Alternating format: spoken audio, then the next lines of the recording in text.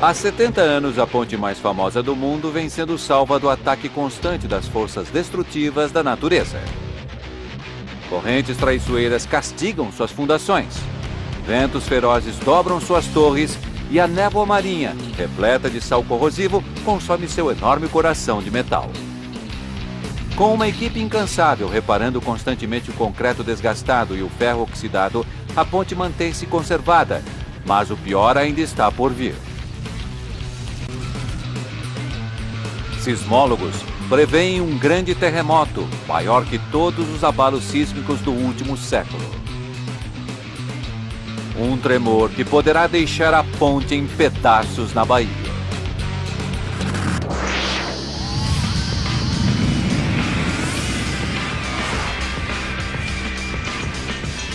Obras incríveis. Golden Gate. O dia está chegando e corremos contra o tempo para que a ponte seja modernizada e salva para sempre. Uma reforma de 400 milhões de dólares está sendo feita na velha ponte para enfrentar um terremoto de magnitude 8.3, maior que qualquer outro na memória recente. Antes da construção da ponte no Estreito de Golden Gate, a natureza conspirava para evitar que ela se tornasse uma realidade. E não era apenas o risco de um terremoto que atrasava o sonho. Os ventos na entrada da Bahia são terríveis. A névoa fria e úmida corrói o metal e dificulta as condições de trabalho. E a velocidade das águas que atravessam a região é grande demais para a construção de uma estrutura. Com todos esses elementos destrutivos somados e a possibilidade de um terremoto sempre presente, por que então construir uma ponte? 1918. São Francisco tem tudo para ser uma cidade bem-sucedida. Mas sua localização não ajuda. Espremida numa porção de terra, cercada pela baía de um lado e pelo oceano do outro, a cidade fica sufocada. Mas acenando no extremo da península, do outro lado de um vão traiçoeiro de 1,5 km chamado Golden Gate, existe oportunidade para todos. Aqui, na região intocada de Marin County, existem terrenos, uma força de trabalho e recursos inexplorados para os moradores usufruírem. É uma área tentadora para uma cidade em crescimento. Mas balsas atravessam lotadas e é preciso então fazer uma ponte. Janeiro de 1933. O maior desafio da construção civil do século finalmente tem início. Construir a ponte mais longa do mundo, com as torres mais altas, as fundações mais profundas e num dos piores lugares do país. Seriam necessários 128 mil quilômetros de cabos, 11 vidas e uma quantidade de inovações tecnológicas sem precedentes para que o sonho da ponte se tornasse realidade. O primeiro grande desafio contra a natureza é construir as enormes fundações para a Torre Sul. O quebra-mar é uma estrutura do tamanho de um estádio de futebol, construído a 340 metros da margem, nas águas profundas do canal. São cerca de 150 metros de profundidade debaixo da ponte Golden Gate, onde a passagem é estreita e a água passa com muita velocidade. A preparação para as fundações submarinas é feita por mergulhadores, cada um deles descendo de barcas precariamente ancoradas. Essa é uma obra de alto risco, porque as correntes que se colidem no local representam uma armadilha potencialmente letal. Quando a maré muda e a água do mar se encontra com a corrente que sai da baía, a água flui em duas direções ao mesmo tempo. Milhões de metros cúbicos de água doce mais leve tentam sair da baía, enquanto a água salgada do Pacífico mais densa faz força para entrar. Os mergulhadores têm de lutar para manter o controle no turbilhão. A solução é tão drástica quanto dinâmica.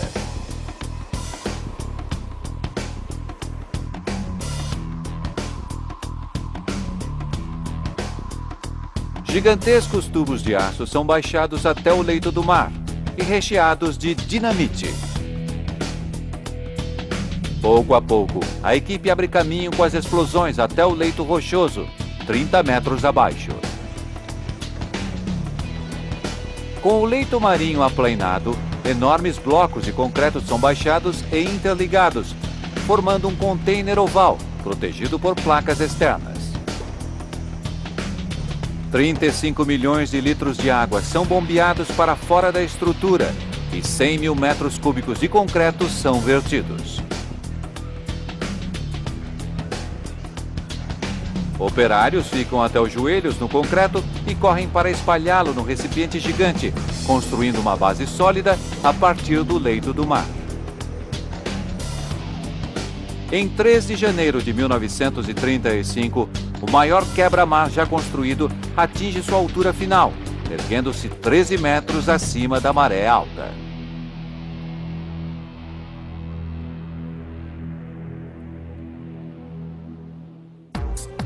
Os componentes das torres são fabricados na Pensilvânia e transportados por barca através do Canal do Panamá até a Bahia. Eles são feitos com grupos de células ocas, moldadas com placas de aço de 2,5 cm de espessura. Cada haste da torre é formada por um conjunto de células, 97 na base, reduzindo o número até 21 à medida que a torre fica mais alta e mais estreita. O formato aberto das torres é inovador. Elas são projetadas para sustentar os 34 milhões de quilos do peso estático dos cabos e do tabuleiro. E caso a ponte seja carregada de ponta a ponta com caminhões, mais 4 milhões e 300 mil quilos de peso dinâmico.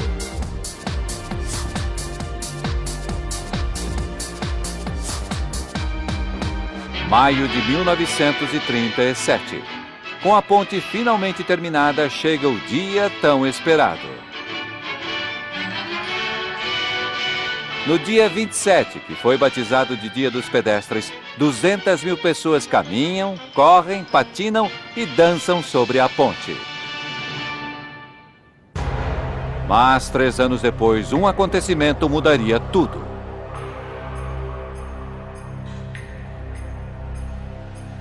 Outubro de 1940. Diante dos olhos do mundo e para o horror dos engenheiros da Golden Gate, a ponte de Tacoma, a terceira mais longa e a mais moderna ponte pêncil do mundo, é derrubada pelo vento. Imediatamente, os administradores da Golden Gate entram em contato com Charles Ellis, engenheiro assistente e responsável pelos projetos originais. Ellis revisa cuidadosamente todos os cálculos feitos na Golden Gate e, entre outras coisas, confirma que foi o perfil estreito da ponte de Tacoma que provocou a queda. Na Golden Gate, a razão entre comprimento e largura é de 47:1, bem menor que a da ponte de Tacoma, com 72:1. Esse fato, combinado com um melhor perfil para a deflexão do vento, segundo Ellis, garante a segurança da ponte Golden Gate. Com a ponte localizada em um túnel de vento natural, com rajadas de 30 a 100 km por hora, todos os envolvidos com a Golden Gate esperavam que a teoria estivesse certa. Por vários quilômetros em qualquer direção, não há nenhum lugar onde o vento que vem do Pacífico possa quebrar no continente. Isso ocorre na entrada da baía. Quando o vento aumenta, ele torna-se um perigo ao tráfego, principalmente porque a ponte é a primeira coisa que uma tempestade de inverno atinge após uma longa jornada.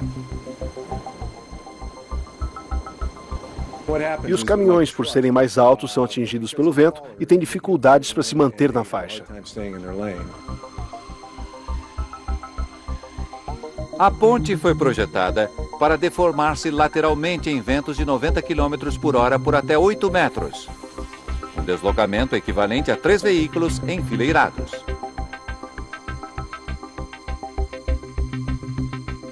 Até hoje, mesmo em um dia calmo, podemos sentir a ponte oscilando e flexionando levemente, em função do vento e do tráfego.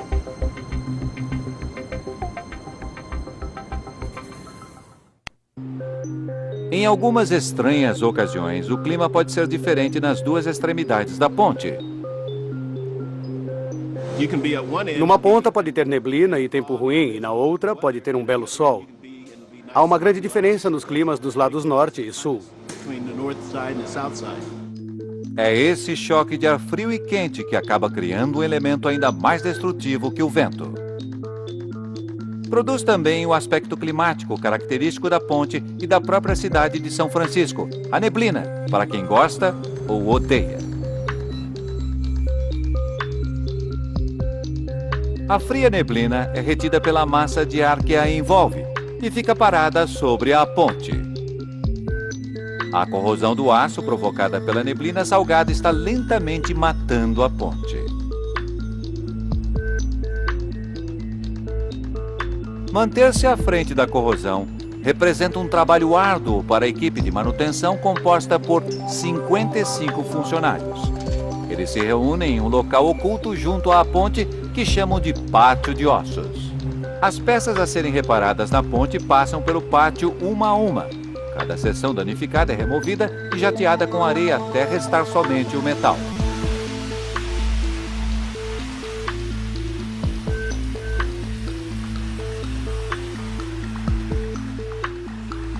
Em alguns casos, como este painel de escada, o metal componente foi tão corroído pelo ar salgado que não é possível recuperá-lo.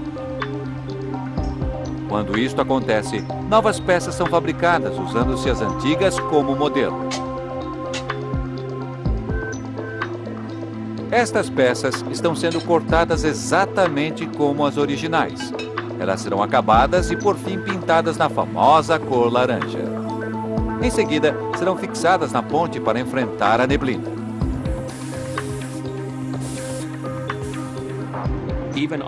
Mesmo a parte inferior, supostamente protegida da chuva, sofre a ação da umidade da neblina na estrutura, e é como se chovesse lá embaixo. Estes pilhos de aço que unem a suspensão da ponte à terra estão corroídos. Eles precisam ser retirados e refeitos. Na verdade, a ponte está sendo reconstruída peça a peça, à medida que elas vão estragando. Boa parte da atual Golden Gate é nova.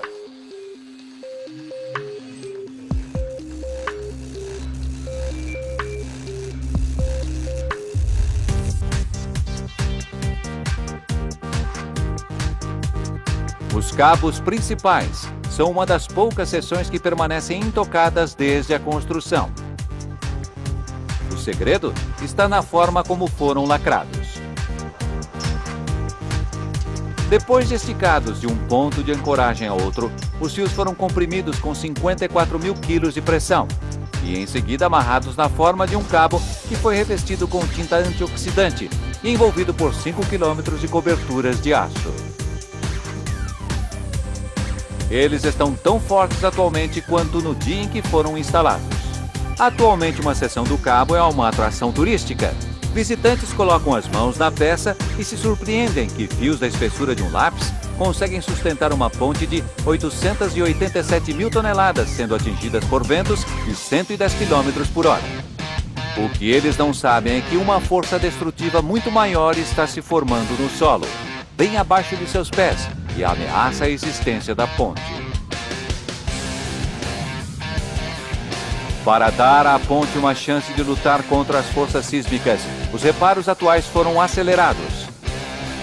Para absorver ou dissipar o choque de um terremoto, muitas seções da ponte Golden Gate devem ser removidas, reajustadas ou substituídas.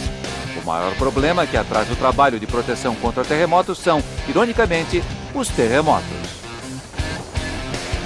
Enquanto as reformas avançam, a ponte deve sempre se manter o mais protegida possível de terremotos. Com o tráfego circulando livremente e pedestres na ponte 24 horas por dia, este cuidadoso processo só pode ser feito com a troca de 2 rebites por vez. Se um terremoto ocorrer e mais que 2 rebites tiverem sido retirados, toda a rede de aço pode se desfazer. No fim dos anos 80, o terremoto de Loma Prieta abalou a região da Bahia e preocupou todos que viviam lá. Todos os terremotos são medidos numa escala chamada Richter.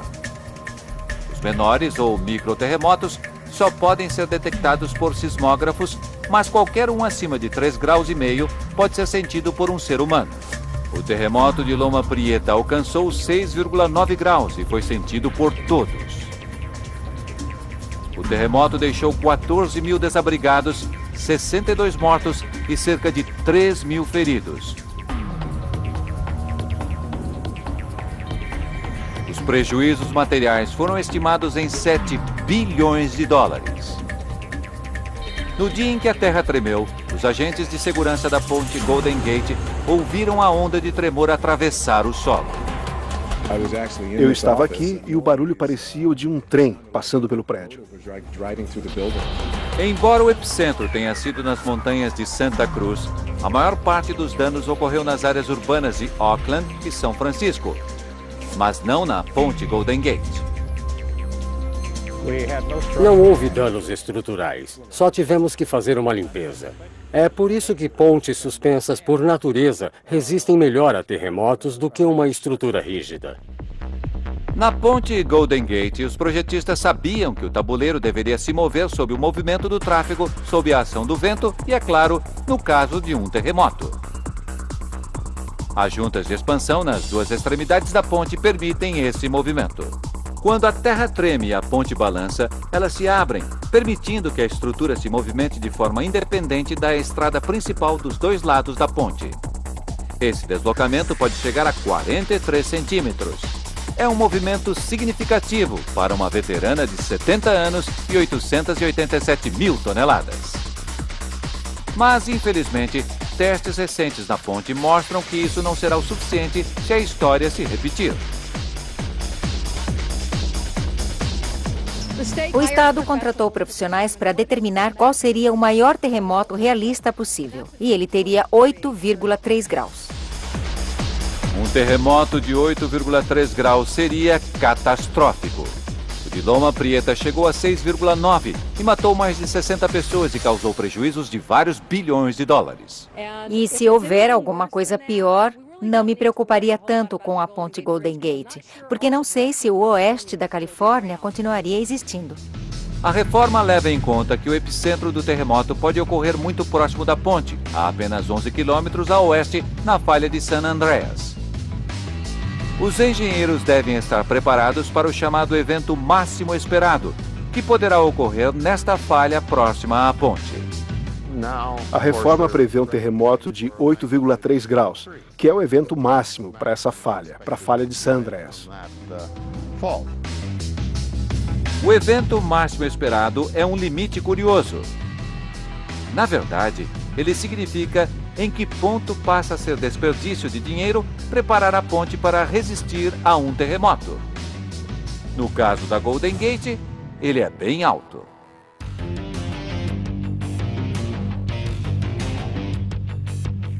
A uma pequena distância dali, em Berkeley, as autoridades de trânsito da Califórnia também colocam os terremotos no topo da agenda. Os técnicos testam formas de absorver e isolar a energia sísmica de um terremoto.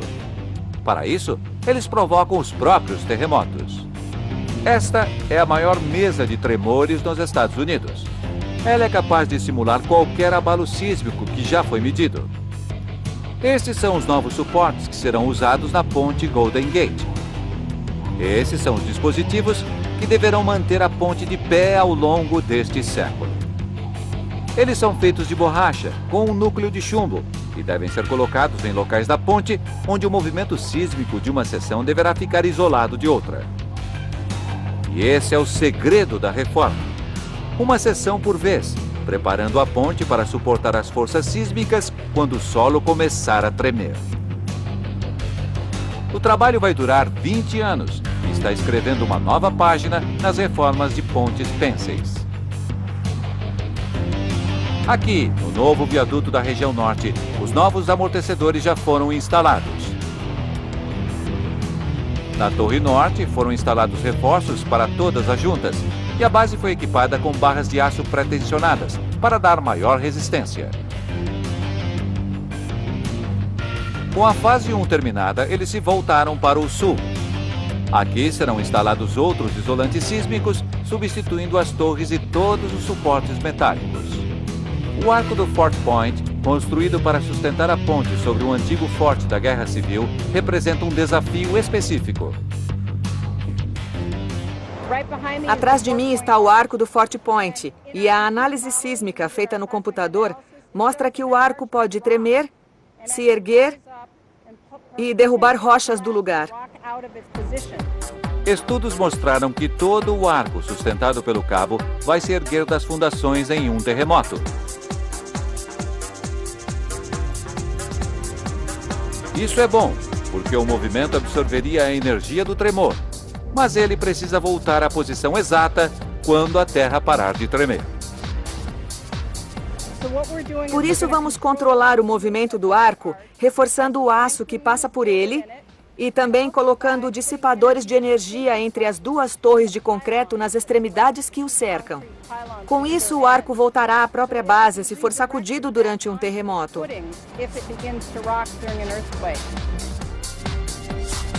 Enquanto isso, no topo do mundo, onde as 887 mil toneladas da ponte se apoiam sobre duas bases de 3 mil toneladas, a reforma vai reforçar a estrutura e conter o excesso de movimento. Amortecedores serão instalados nas junções entre as torres e o tabuleiro, e partes da base de concreto que estão na água serão substituídas. Embora seja uma corrida contra o tempo para vencer o próximo terremoto, o processo altamente tecnológico apresenta um grande problema: dificuldades técnicas extremas. Seria muito simples refazer tudo, mudar a aparência e mover todos os elementos. Mas no fim, não iria restar muito da bela ponte Golden Gate. Quando tudo chegar ao fim e a reforma estiver terminada, ninguém deverá saber que ela foi tocada. É curioso dizer que mesmo gastando milhões de dólares, temos que fazer parecer que nada aconteceu. Todos os rebites foram checados. Mais da metade do aço foi substituída. As torres de concreto têm um novo revestimento e o pavimento e os cabos que o sustentam são todos novos. Aos poucos, a ponte está sendo totalmente substituída.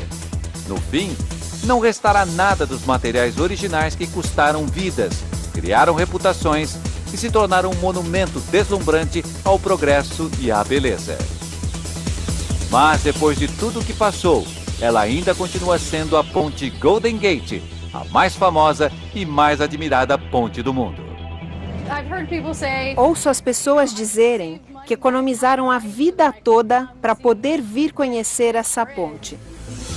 A ponte Golden Gate resistiu ao passado e, se a reforma for terminada a tempo, tem muitos anos dourados pela frente. Mas a natureza não espera por ninguém.